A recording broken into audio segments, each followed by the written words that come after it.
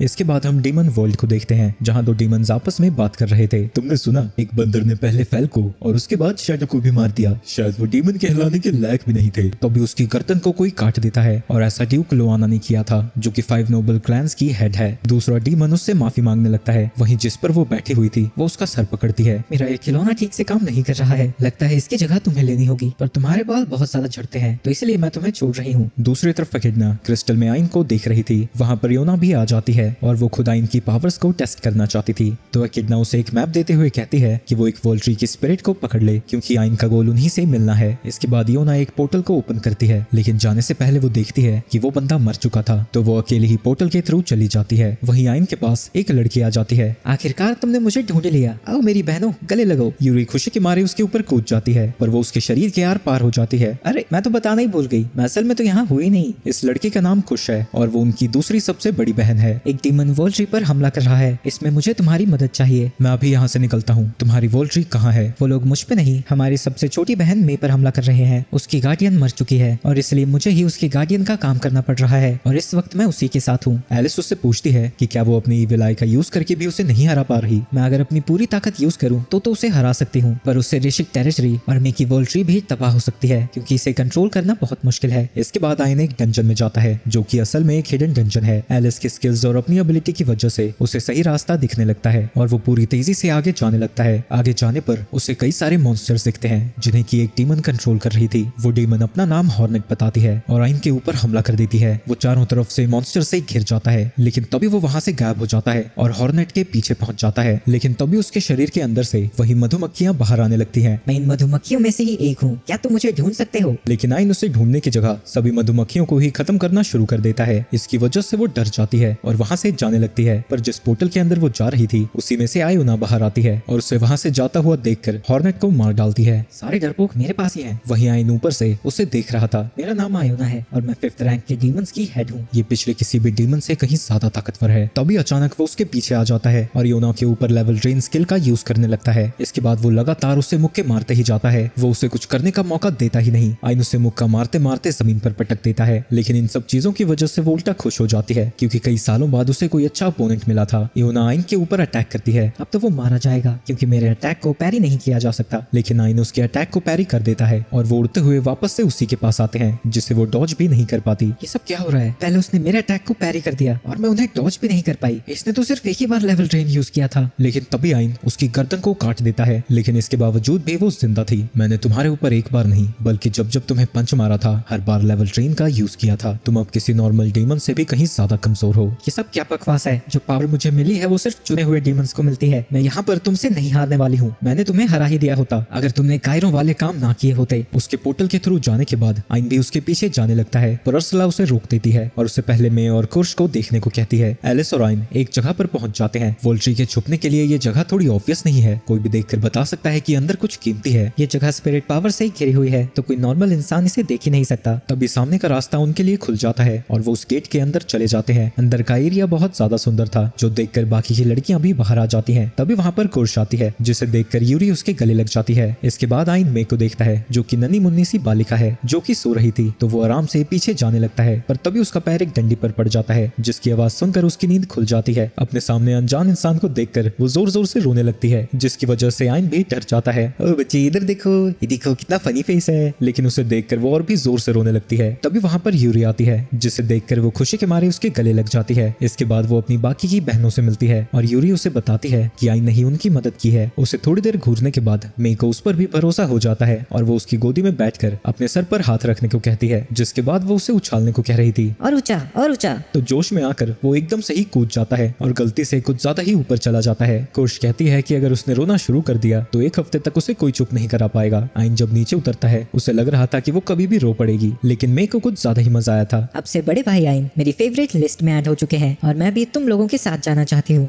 तो आइन कोश से पूछता है, हाँ तुम इसे ले जा सकते हो पर मैं तुम्हारे साथ नहीं जा पाऊंगी। मुझे इस जगह की रक्षा करनी है। तुम्हें अगर इस जगह की फिक्र है तो यहाँ पर एक पावरफुल बैरियर बना दूंगा और अपना एक क्लोन भी यहाँ पर छोड़ दूंगा, तो तुम हमारे साथ आ सकती हो। इसके बाद कर्श उन दोनों के ही स्पिरिट कोर को आइन को दे देती है और वो बाकी सभी को बताते हैं कि कुश भी उनके साथ आ रही है। खुशी से यूरी आइन को गले लगा लेती है। वहीं एलिस इतनी ज्यादा खुश थी कि वो आइन से अपने प्यार का इजहार ही कर देती है, पर वो कुछ ज्यादा ही धीरे बोल रही थी। इसके बाद आइन अर्सला से बात कर रहा था। मैं पहले खुद से नफरत किया करता था जिसकी वजह से मेरा दिल नेगेटिविटी से भरा हुआ रहता था, पर जब मैं यूरी और बाकी सभी से मिला मैं उनकी स्माइल को हमेशा प्रोटेक्ट करना चाहता हूँ। इसके बारे में सोचकर ही मुझे बहुत अच्छा फील होता है। अर्सला आइन की जर्नी को याद करती है और सोचती है कि वो अपने सफर की वजह से बिल्कुल अलग तरीके का इंसान बन चुका है। इसके बाद अर्सला उसकी आई में बाकी की स्पिरिट कोर्स भी डाल देती है। इससे उसकी ताकत और भी ज्यादा बढ़ जाती है और अब वो लोगों का ऑरा भी देख सकता है। कर्श उसे बताती है कि वो इविल आई की मदद से किसी भी चीज को गायब कर सकता है, पर इसे कंट्रोल करना बहुत मुश्किल है और साइड इफेक्ट्स के बारे में तो वो अभी जानते भी नहीं। इसके बाद में आइन को अपनी पावर दिखाती है। वो अपनी पावर से ट्रीज को कंट्रोल कर सकती है। अर्सला आइन को बता रही थी कि हाई लेवल के डीमंस अपने ऑरा को कंट्रोल कर सकते हैं। क्योंकि आयोना ने उसे कमजोर समझा था तो उसने उसके खिलाफ अपना ऑरा यूज भी नहीं किया और उसकी तलवार में सीक्रेट पावर है। अगर वो उससे किसी भी डीमन को मारता है तो उसका ऑरा उस तलवार में चला जाएगा। दूसरी तरफ डीमन वर्ल्ड में सारे डीमंस एकिटना के साथ बैठे हुए थे और वो आइन को मारने का प्लान बना रहे हैं। इसके बाद हम नेगन के कासल को देखते हैं जहाँ की अब आइन शिफ्ट हो चुका है और वो सभी लोग वहाँ की साफ सफाई शुरू कर देते हैं। आइन अपने एरिया की सफाई करके दूसरों की मदद करने जा रहा था। तभी वो यूरी को देखता है जो कि बहुत सुंदर लग रही थी। यूरी बताती है कि उसे कपड़े ड्रेसिंग रूम की सफाई करते वक्त मिले हैं और वो कर्श और मे के लिए वेलकम पार्टी रखने वाले हैं और उन्होंने पार्टी की तैयारियां भी पूरी कर ली हैं। वो उसका हाथ पकड़कर वहां पर ले जाती है जहां सारी चोरियां अच्छे से तैयार हो रखी हैं और सिर्फ वही था जो कि रामू काका जैसा दिख रहा है। उसे वो सारी लड़कियां बहुत ही ज्यादा सुंदर लग रही थी सिर्फ कुर्श को छोड़कर, क्योंकि उसकी आंखें कुर्श के चेहरे पर तो टिकती ही नहीं। इसके बाद पीना भी उसे कपड़े बदलने को कहती है। अरे इसकी जरूरत नहीं है, ऐसी ठीक हूँ मैं। ये सुन के यूरी उदास हो जाती है और उर्सुला गुस्से में उसे पीटने लगती है, तो वो भी तैयार हो ही जाता है। यूरी उससे कहती है कि वो बिल्कुल एक प्रिंस जैसा लग रहा है। वहीं उसे देखकर एलिस के तो सर से धुआं निकलने लगता है। इसके बाद वो सभी लोग डांस करने लगते हैं। शाम को जब पार्टी खत्म हो जाती है, यूरी आइन का शुक्रिया अदा करती है क्योंकि उसी की वजह से वो अपनी बाकी की बहनों से मिल सकी। मैं तुम्हें बची हुई बहनों से भी जरूर मिलाऊंगा। मुझे यकीन है कि तुम ऐसा जरूर करोगे। मैं बस चाहती हूँ कि ये खुशी भरे दिन कभी ना खत्म हो। बिल्कुल ऐसा ही होगा। जब तक मैं यहाँ मौजूद हूँ, तुम्हारा हर अगला दिन पहले से भी ज्यादा खुशी भरा होगा। उसकी बातें सुनकर यूरी खुश हो जाती है।